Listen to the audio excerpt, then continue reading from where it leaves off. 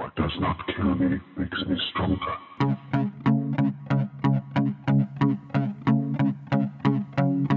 You have discovered the Becoming Übermensch podcast.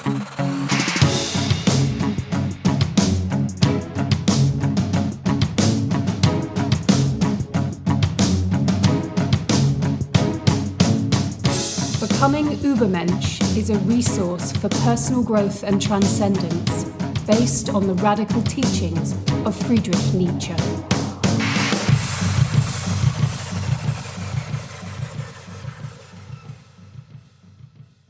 Quote, "Life itself forces us to posit values."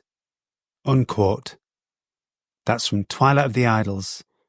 Nietzsche's saying here that to be alive is to be valuing, wanting this rather than that, a yes here, a no there, Pepsi instead of Coke, jazz instead of classical, you name it. Everything we want is, by definition, something we value. So what do you value? In our first show, I put to you a question, arguably the most important question for all of us in life. What do you want? Today we dig deep into the structure of our desires, peeling back the layers of explanation and rationalisation until we reach the apparently irreducible core. We then approach something deeper, something Nietzsche himself discovered as the engine of all change in a universe of unending becoming. Here we take a glimpse into the abyss where all whys and wherefores must be abandoned. Our goal here is to understand the essential drive within human beings so we can better harness it to create the kind of life we all yearn for. Along the way in this first season, you are going to develop a vital relationship with your own physical body, understand the mysteries of your unconscious mind and how to develop a productive relationship with it so it's working for you, not against you, and you'll learn some proven techniques for self-mastery. We will also explore your inherited slave psychology and herd psychology, how these powerful forces constrain you, and how one goes about extricating oneself from their tentacles. This is quite hair-raising stuff. Prepare to have the scales fall from your eyes. And we'll explore Nietzsche's concept of personal destiny and transcendence, his formula for ultimate liberation and self-actualization. By the end of this first season, you'll have a grasp of the extraordinary breadth, vertiginous depth, and essentially life-affirming ethic that permeates Nietzsche's whole body of work. The consummation of this endeavour is the realisation of a state of a kind of transcendent joy. Now that may sound hopelessly naive to us jaded moderns, but in Nietzsche's opinion, this is only so because we've had our worldview poisoned. We think life as we now live it is the only possible mode of existence. We can't even imagine a life lived differently, a life lived at a higher octave. Nietzsche forged a path to this ascending life. The Becoming Übermensch project provides the map and the directions. But for today, this show is a continuation of our exploration of happiness, a crucial question.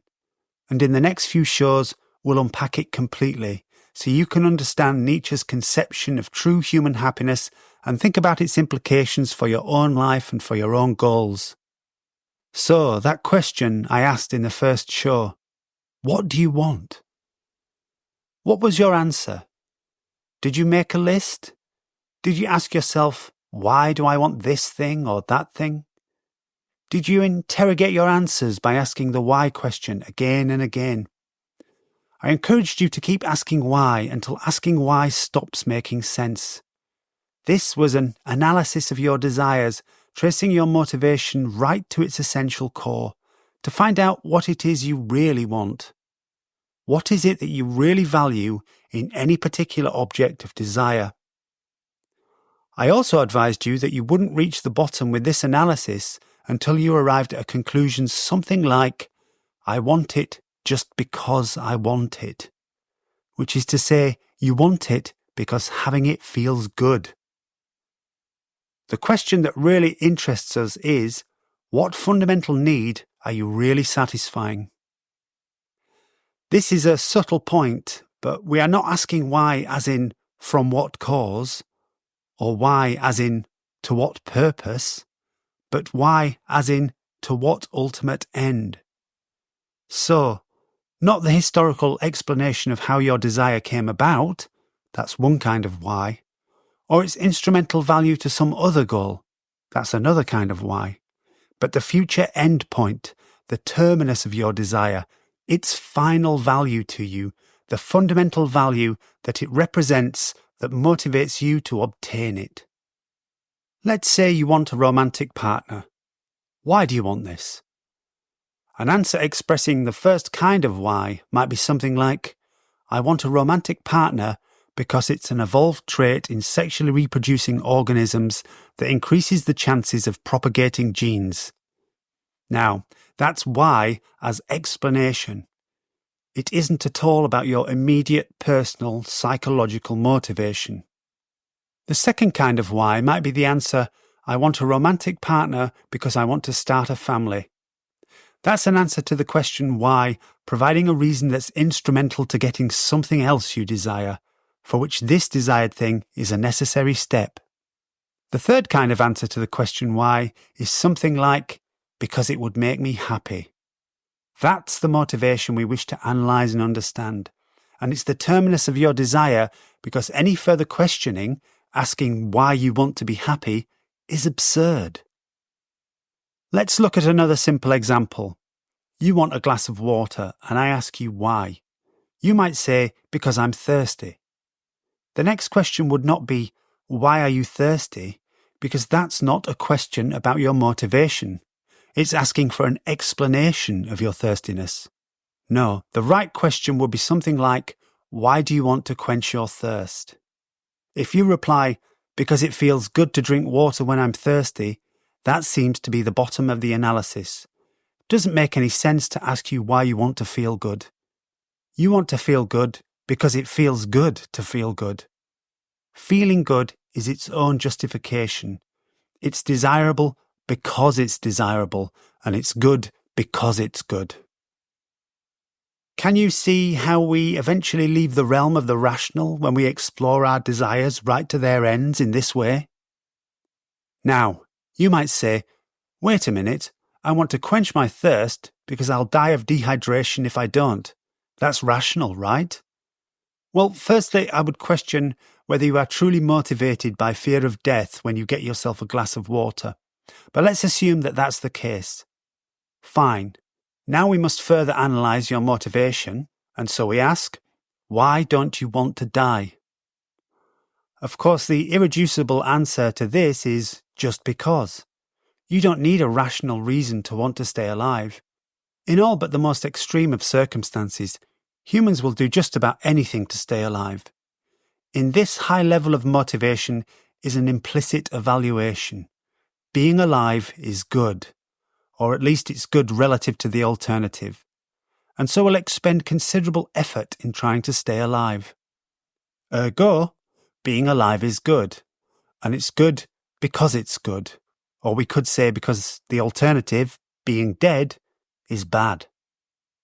However, maybe you would answer something like, I want to stay alive to care for my children, and that would be perfectly valid.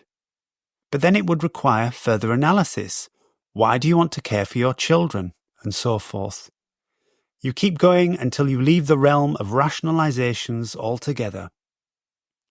Or let's say you respond to the drink of water question saying, I want to drink water because dying of dehydration would be painful.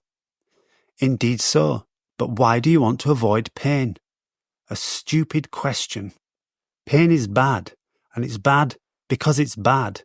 There is no rational justification necessary for wanting to avoid pain. If you find you come up with one, keep asking why until you get to the point where asking why stops making sense. So you see, we're interested in fundamental motivation rather than explanations or rationalizations.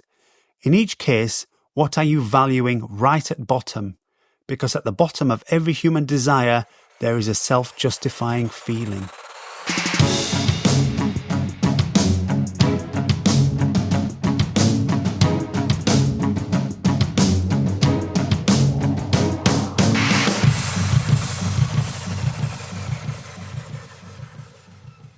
Let's have another illustration and maybe get some hints as to where this leads. Let's say, for example, you want a promotion at work. Why? Well, most obviously, you want more money, right? Additionally, let's say you want increased status and a more stimulating working day. There may be many reasons why you want the promotion, but it helps to analyse one motivator at a time. In this case, money. Pretty much everyone would like more money. It's useful stuff. Our questioning continues then. Why do you want more money? Now remember, take care that you are identifying your own personal motivation with this further questioning. If you want more money, your initial answer to the question, why do I want more money, might be, because I need money to buy things. An appropriate next question would be something like, why do I want to buy things? It would not be, why do I need money to buy things? Because the latter is not a question about your motivation. It is instead a question about the role of money in society. With that in mind, why do you want more money? So you can comfortably pay for the necessities of life and maybe a few luxuries to boot. Okay, let's stick with the necessities, choosing just one. Let's say you need money for your rent or mortgage. Why do you want to pay your rent or mortgage? Because you'll be evicted if you don't. Why don't you want to be evicted? Because you could end up homeless and sleeping on the streets. Why don't you want to end up homeless and sleeping on the streets? Because it's cold and it's humiliating and it's dangerous. Picking just one of these motivators again. Why don't you want to be cold? Because it just plain feels bad. So now we've reached the point where asking why stops making sense. If being cold feels bad, it's nonsensical to ask why you don't want to feel bad. Being cold feels bad, and maintaining a certain body temperature is necessary to avoid hypothermia and death, which is also something you want to avoid, presumably. So in this example, we can say that one of the reasons why you want a promotion at work is so that, ultimately, you can better insulate yourself against the chances of dying of hypothermia. Now, of course, I doubt very much that this is an explicit conscious motivator, but in a vague sense, fear of the misery of destitution motivates you, and fear itself is a bad feeling. Having more money from your promotion can allay this bad feeling, not just reducing the chances of you freezing to death, but reducing your anxiety that you could be put in such a position where this might happen. To put it bluntly, having money feels good. That's even aside from all the things it can procure that will also grant you good feelings. If that sounds like a stretch, let's follow a different, more positive, but equally valid line of inquiry. Rarely, if ever, in Nietzsche's view, do we do anything for one identifiable reason. So let's say another reason you want the promotion is because you want higher status in your company. Okay, great. Why do you want higher status? Because it feels good to have higher status. We could stop there, but out of interest, why does it feel good to have higher status? Because you get all kinds of social privileges. People will afford you more respect and consideration. You are less likely to be bullied. You'll find it easier to book a good table at a fancy restaurant. The retail assistants won't look down their noses at you when you enter a high-end boutique. And you're likely to have more luck in attracting high-value romantic partners, so on and so forth. Lots of lines to fruitfully pursue there. With higher status, your comfort and welfare tend to be more assured, whereas with lower status, your comfort and welfare are much more sketchy. People who have the lowest status in society tend to live on the cusp of a crisis all the time, or even in a constant state of crisis. Consider those exceedingly low-status people sleeping on the streets whose ranks you do not wish to join. Those with the highest status breeze through life by comparison. So higher status feels good because it's a signifier and a guarantee of greater material and social security. It feels good in itself, and it promises other things that feel good. Safety, health, comfort, respect and privilege, they all feel good. So we're ticking all the boxes on Maslow's hierarchy of needs here, if you are familiar with that model. All these things increase your chances of surviving and flourishing. Their presence in your life suggests you are more likely to have your pick of desirable relationships. Their presence in your life suggests the chances of an unpleasant and ignominious premature death are minimized. And who doesn't want this, right? Briefly, let's explore that other motivator I mentioned, wanting the promotion because you want more stimulating work. Why do you want more stimulating work? You want it because it's more engaging and captivating. Put another way, it's not as boring as what you currently do. So we reach a bottom quickly here.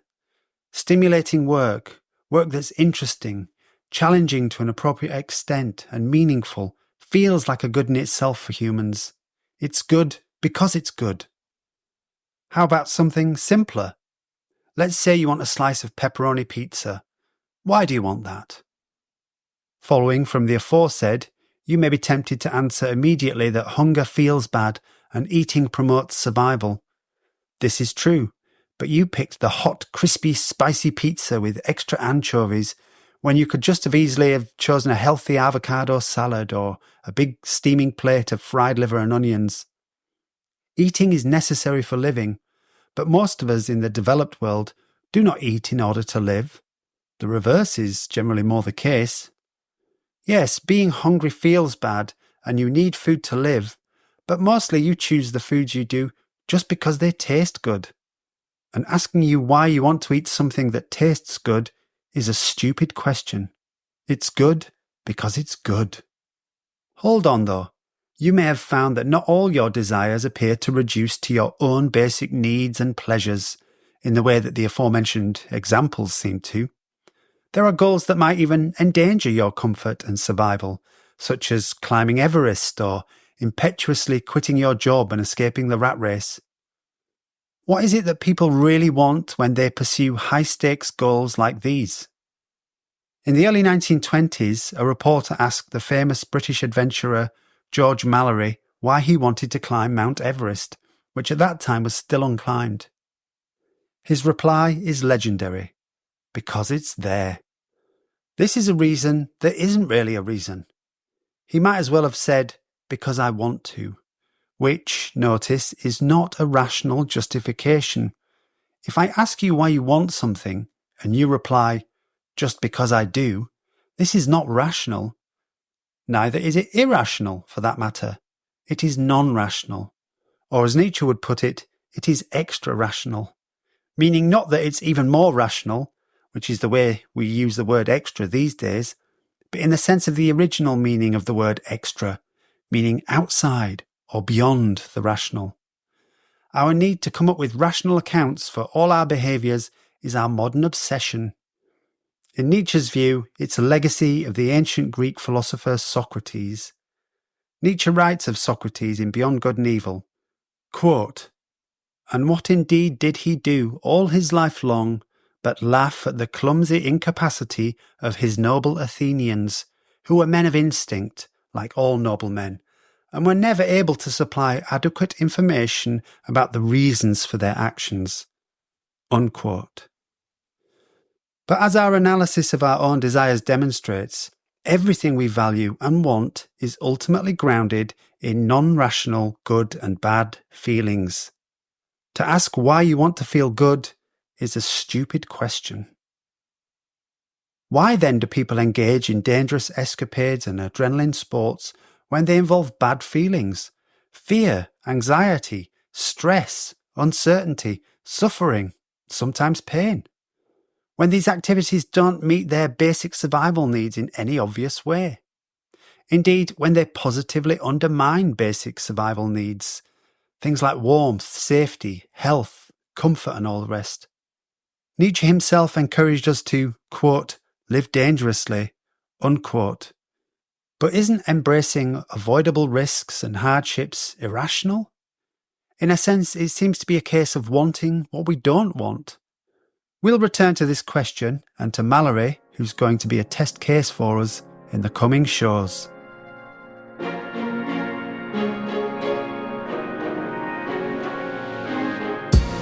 The Becoming Übermensch project is a new and tender green shoot striving towards the light.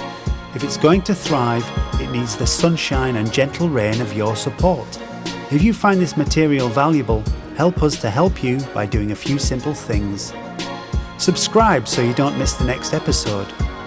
Follow us on Instagram, TikTok, YouTube and X. Search Becoming Ubermensch, all one word. Write us a review. We'd love to hear your feedback. And if you know someone who'd get something from this podcast, please do share it with them. Your support makes all the difference and can help this project survive and flourish.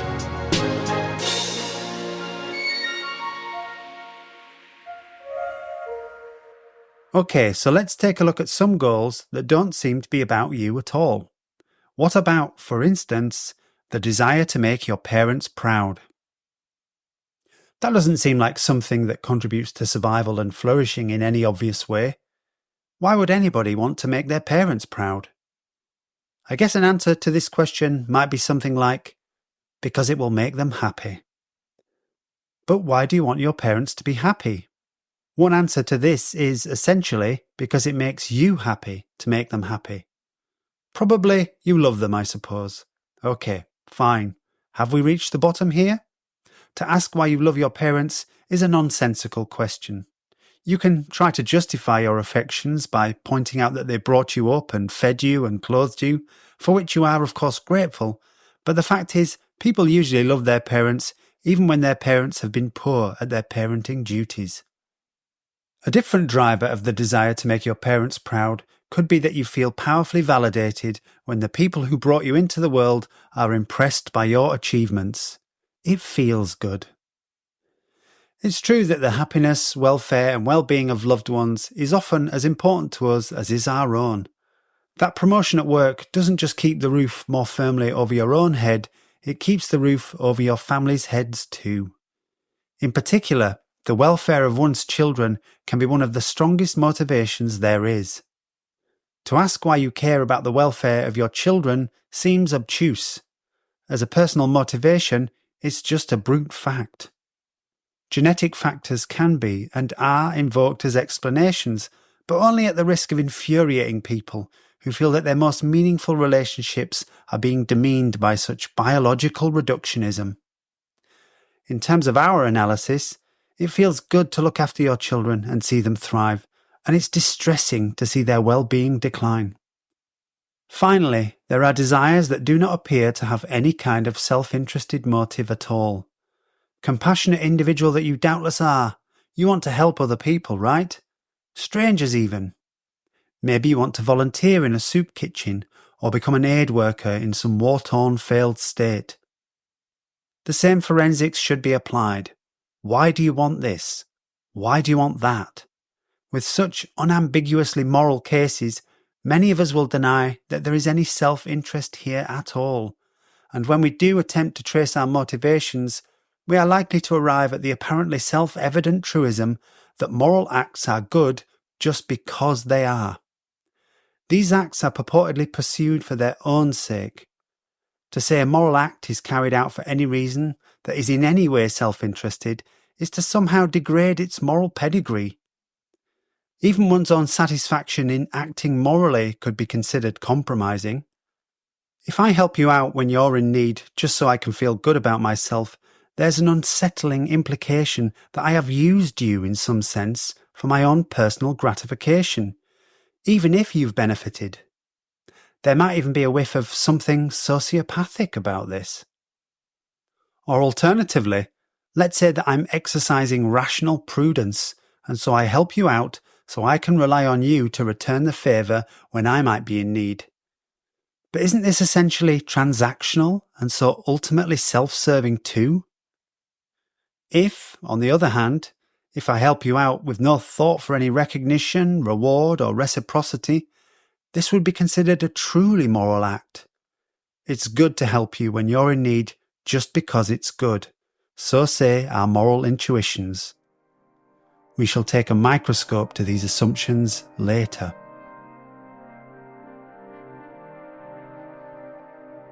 Time for this week's music recommendation. Nietzsche is the philosopher of music, of dancing, of the aesthetic, of feeling. and so I'm going to recommend you a track every week that reflects the emotional states I encountered during the development of this Becoming Übermensch project. Tracks that have some significance, tracks that have a touch of the Dionysian. Remember, sometimes the lyrics are relevant, sometimes not so much. It's more the feeling that's important. So, I invite you to have your own feeling experience framed within the project we're exploring, making use of your own digital music platform subscription or other sources. Reflect on what we've discussed today whilst listening to 1431 by Global Communication. So that's the numerals 14:31 by Global Communication. Links in the show's description. Do share your thoughts on how this track made you feel. I'd be really interested. Also, feel free to speculate on my reasons for choosing the tracks I do with regard to the work we're doing here. Before I wrap things up, a word on the frequency of this podcast. Thus far, I've produced a handful of episodes to get things established. You should be getting this latest episode on Friday, European time, and my aim is to produce an episode weekly, released every Friday. If you've been listening and intend to keep listening, I'd be grateful if you'd subscribe, as this really makes the show more sustainable. There's so much more great stuff to come, and I really believe some of it can be absolutely life-changing. We tend to think of the concept of destiny as something quaint, antiquated, perhaps a bit silly, perhaps a bit woo-woo. But Nietzsche avidly believed in destiny, and this was not some flowery nonsense, but was a conclusion arrived at philosophically and scientifically. This podcast has found you, and on Nietzsche's terms, that is destiny. The question is, what effect it might have on your destiny from this point onwards. Though we still have work to do unfolding the Nietzschean understanding of happiness, next time we'll be looking at Nietzsche the man again, and examining the accusations of Nazism that have plagued his memory, as well as the misogyny implicit in some of his writings. Should Nietzsche's unpalatable comments be a reason for dismissing his philosophy completely? Well, we'll discuss that in next week's show.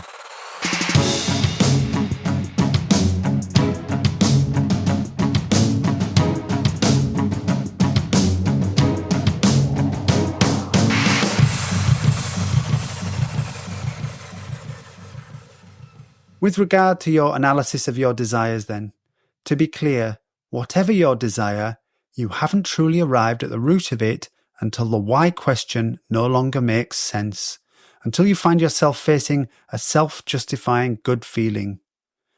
This is a hedonic judgment which determines that this is good, that is bad. I want this, I don't want that. I like this, I do not like that. These individual evaluations add up to what Nietzsche calls our taste. What does everyone really want? This exercise should have revealed this to you. What everyone really wants and pursues is good feelings. In this experiment, for each and every goal, aspiration, or desire you have, you are looking to identify your personal motivation at bottom. Even if you analyse just one or two things on your list, take your analysis as far as you can. Endeavour to expose the root of your desires. This is a first step towards gaining a valuable insight into your own basic drives, and those of all humans for that matter.